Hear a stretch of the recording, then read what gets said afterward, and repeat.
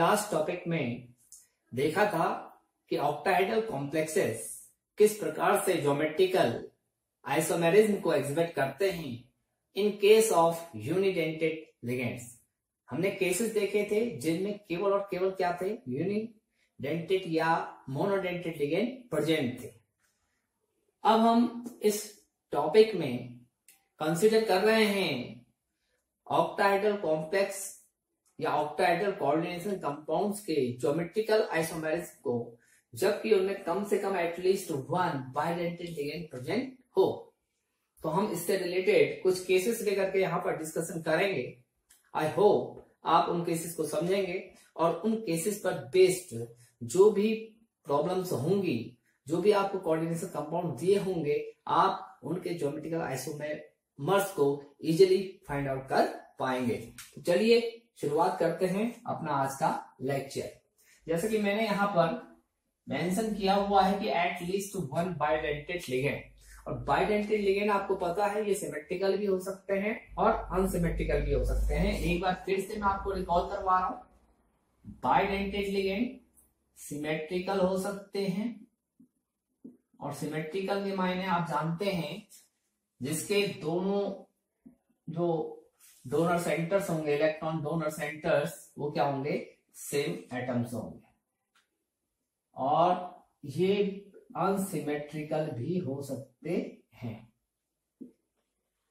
तो सिमेट्रिकल भी हो सकते हैं, अनसिमेट्रिकल भी हो सकते हैं। सिमेट्रिकल को हम रिप्रेजेंट करेंगे ए से, और अनसिमेट्रिकल को हम रिप्रेजेंट करेंगे ए बी से, जैसे कि हमने पहले भी कंसिडर किया हुआ है। अब हम इसके केसेस को लेकर के चल रहे हैं। पहला केस हम ले रहे हैं, केस फर्स्ट। हमारे पास सारे के सारे क्या हैं, जो लिगेंड्स हैं वो बाइडेंटेड लिगेंड हैं।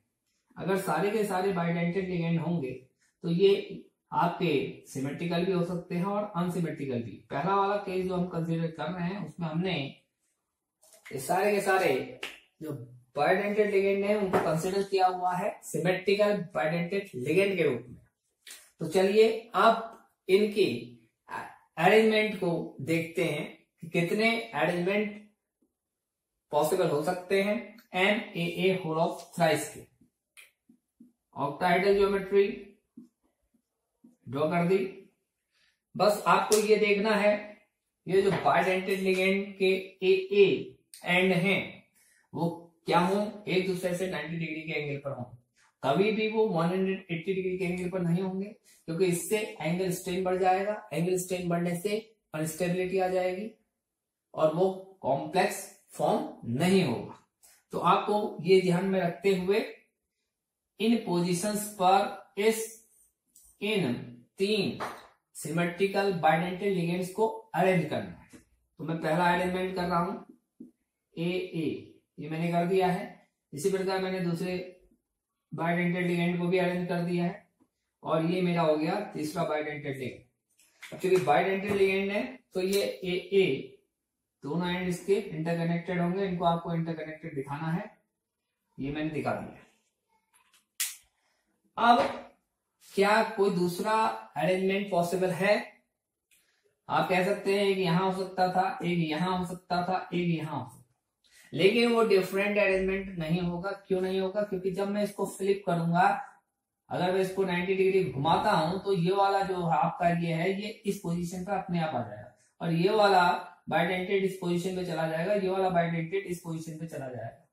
तो फ्लिप करने पर आपको वही अरेंजमेंट दोबारा मिल जा रहा है। तो दैट मीन्स वो डिफरेंट अरेंजमेंट नहीं है, और यहाँ पर डिफरेंट अरेंजमेंट पॉसिबल नहीं है तो हम लिख देंगे no other arrangement is possible in this case, hence no GI।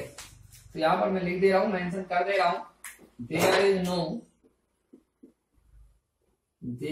Is no other possible arrangement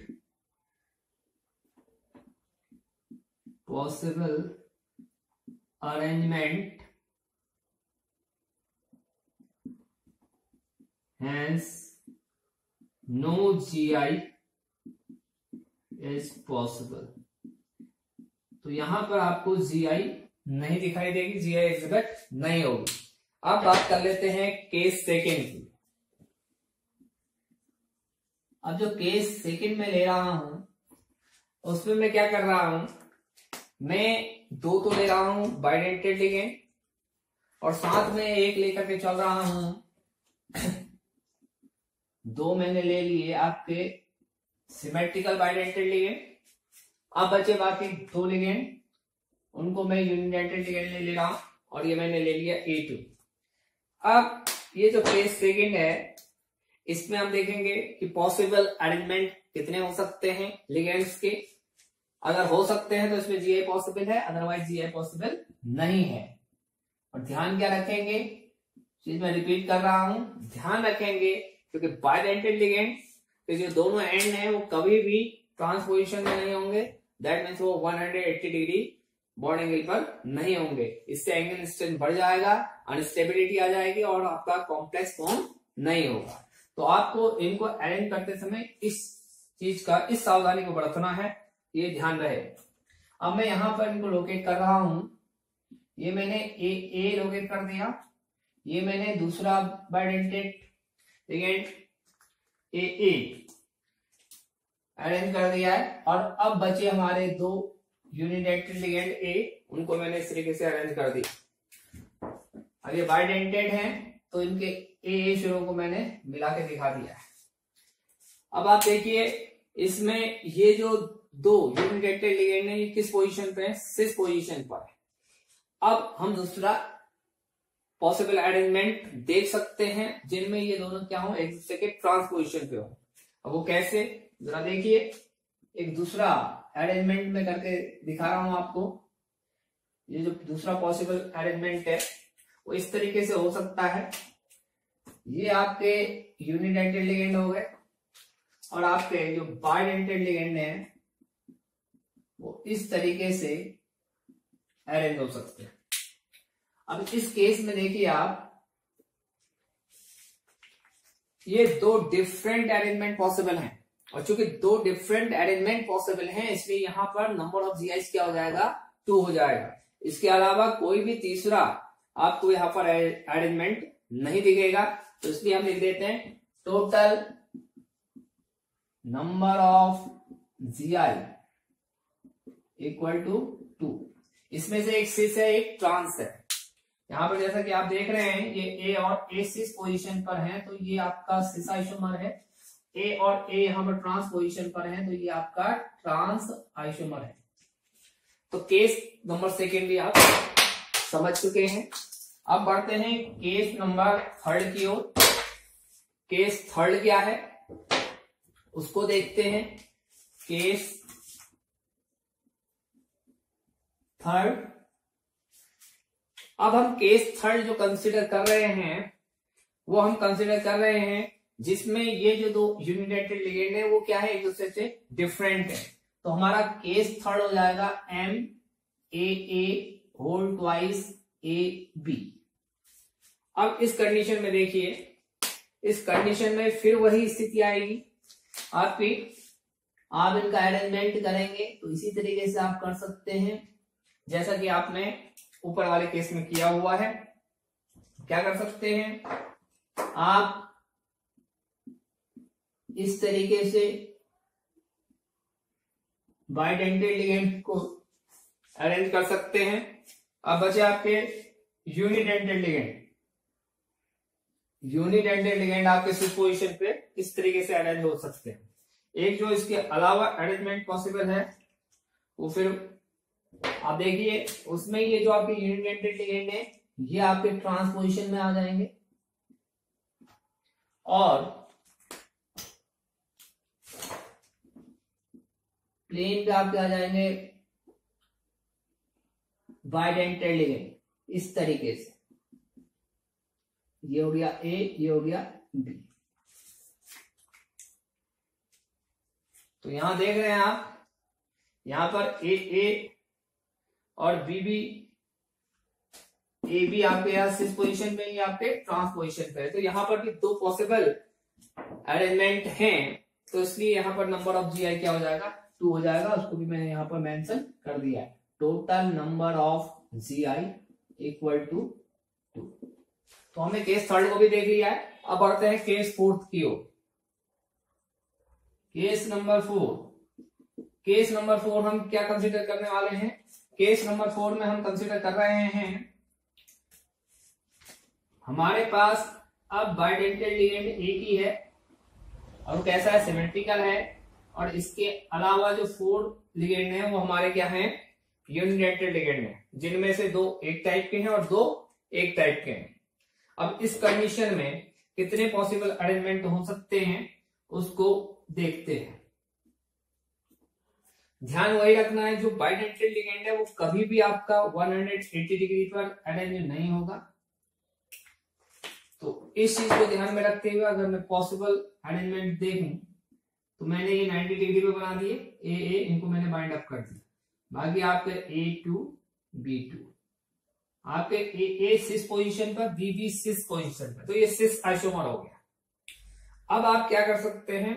अब आप बाइडेंटेड लिगेंड की पोजीशन को चेंज करके यहां ला सकते हैं और इनको एक दूसरे की ट्रांसपोजिशन पर ले जा सकते हैं, या आप इसको यहीं पर रहने दीजिए, इसको इन दोनों को आप एक दूसरे के सिस की जगह ट्रांसपोजिशन पर ले जाइए।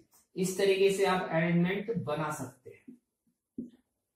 देखिए मैंने क्या किया, जो बाइडेंटेड लिगेंड था उसकी पोजीशन को तो एज इट इज रहने दिया है।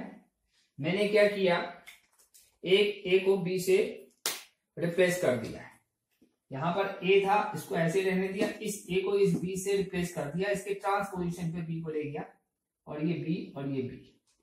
तो यहां पर देखिए ये ट्रांसपोजिशन पे चले गए हैं, तो ये ट्रांस आइसोमर हो जाएगा आपका और ये आपका सिस आइसोमर हो जाएगा। तो इस तरीके से यहां पर भी 2 पॉसिबल अरेंजमेंट आपको देखने को मिल रहे हैं। इसको मैं लिख दे रहा हूं सिस, इसको मैं लिख दे रहा हूं ट्रांस। तो यहां पर टोटल नंबर ऑफ GI कितने हो जाएंगे आपके? 2 हो जाएंगे। आई होप केस नंबर 4 को भी आप बहुत बढ़िया ढंग से समझ चुके हैं। अब बढ़ते हैं केस नंबर 5 की ओर। केस नंबर 5 क्या? केस नंबर 5, तो 5th केस हम जो कंसीडर कर रहे हैं उसमें हम सबके सब क्या ले रहे हैं? आप अनसिमेट्रिकल बाइडेंटेड लिगेंड लेकर के चल रहे हैं, NaB होल ऑफ थ्राइस। अगर इस तरीके का आपका ऑक्टाहेड्रल कॉम्प्लेक्स है जिसमें 3 के 3 क्या है? बाइडेंटेड लिगेंड में सेम है लेकिन क्या है? अनसिमेट्रिकल है, तो उस कंडीशन में आपके पास क्या क्या पॉसिबल अरेंजमेंट हो सकते हैं? जरा इसको ध्यान से देखिएगा। यहां पर भी आपको 2 पॉसिबल अरेंजमेंट देखने को मिलेंगे, एक सिस और एक ट्रांस। इनको समझते हैं जरा। AB ध्यान रखिए, जैसे मैंने A बनाया, यहां मैंने B बनाया, फिर मैंने A बनाया, फिर मैंने B बनाया, फिर मैंने A बनाया, फिर मैंने B बनाया। इस तरीके से देखिए। तो कहीं पर भी आप डायगोनली देखिए, A नहीं है डायगोनली, B नहीं है, तो कहीं पर भी ये ट्रांसपोजिशन में नहीं है, तो ये आपका सिस आइसोमर है। अब हम क्या करते हैं? अब हम एक को फ्लिप कर देते हैं, ये A वाला सिरा इधर ले आता हूं, B वाला सिरा इधर ले आता हूं, तो देखिए डिफरेंट अरेंजमेंट हो जाएगा। A इधर ले आया, B इधर ले आया, B यहां था, A यहां था, बाकी बिल्कुल एज इट इज रहने दिया मैंने। तो अब क्या हो गया आपके पास? जरा इस कंडीशन को समझिए। A एक दूसरे के ट्रांसपोजिशन पे आ गए हैं। अब चूंकि एक दूसरे के ट्रांसपोजिशन पे आ गए हैं तो ये आपका क्या हो गया? ट्रांस आइसोमर हो गया। ये डिफर है किससे? इस वाले अरेंजमेंट से। तो यहां पर भी पॉसिबल अरेंजमेंट 2 है, ये सिस हो गया आपका और ये क्या हो गया? ट्रांस हो गया। तो इसलिए नंबर ऑफ GI हो जाएगा 2। तो इस प्रकार आपने डिफरेंट केसेस देख लिया ऑक्टाहेड्रल कॉम्प्लेक्सेस के केस में, जिनमें यूनिडेंटेड और बाइडेंटेड दोनों प्रकार के लिगेंड प्रेजेंट हों। इसके अतिरिक्त भी बहुत से केसेस पॉसिबल हैं, उनको आप खुद चेक करें कि इनके कितने ज्योमेट्रिकल आइसोमर्स हो सकते हैं।